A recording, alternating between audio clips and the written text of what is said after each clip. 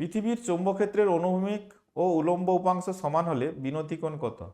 তাহলে কোন স্থানে অনুভূমিক উপাংশ আর উলম্ব উপাংশ সমান? আমরা জানি উলম্ব উপাংশ হয় বি সাইন থিটা আর অনুভূমিক উপাংশ হয় বি কস থিটা, সমান। তাহলে এই দুটো যদি তখন সমান হবে তাহলে তখন কি হবে, ওটাকে যদি রেশিও করি তাহলে ট্যান থিটা ইকাল টু 1 হবে, সমান ট্যান 45 ডিগ্রি। তাহলে থিটা সমান হবে 45 ডিগ্রি।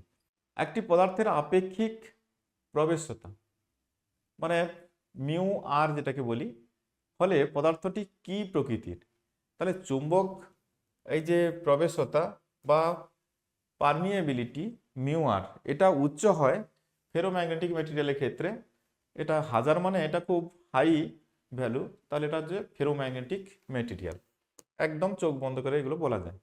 0.01 মিটার স্কয়ার ক্ষেত্রফলের লুপে 10 অ্যাম্পিয়ার প্রবাহ চলছে, এটি 0.1 টেসলা চৌম্বক ক্ষেত্রের সঙ্গে লম্বভাবে থাকলে টর্ক কত হবে? তাহলে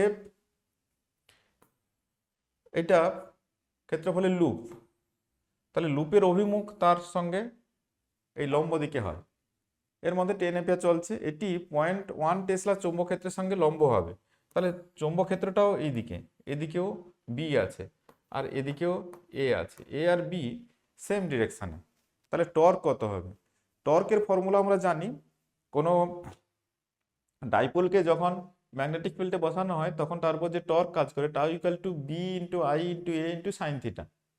তাহলে এখানে থিটা হচ্ছে ওই যে লুপের দিক বলতে তার লম্বের দিককেই বোঝানো হয়। তাহলে লুপের দিক এবং ওই চৌম্বক ক্ষেত্রের দিকের মধ্যবর্তী কোণ, এখানে দেখো দুটোই সেম ডিরেকশানে আছে, তাহলে মধ্যবর্তী কোণ এখানে থিটা ইকুয়াল টু 0 ডিগ্রি। তাহলে থিটা যদি 0 হয় তাহলে tau equal to B I A sine 0, sine 0 মানে 0, তাহলে টাউ ইকুয়াল টু 0 হবে। এরকম গুরুত্বপূর্ণ এমসিকিউর আলোচনা চ্যাপ্টার ওয়াইজ, এগুলো যদি মিস করতে না চাও অবশ্যই চ্যানেলটিকে সাবস্ক্রাইব করে চ্যানেলের সঙ্গে যুক্ত থাকবে। Thank you.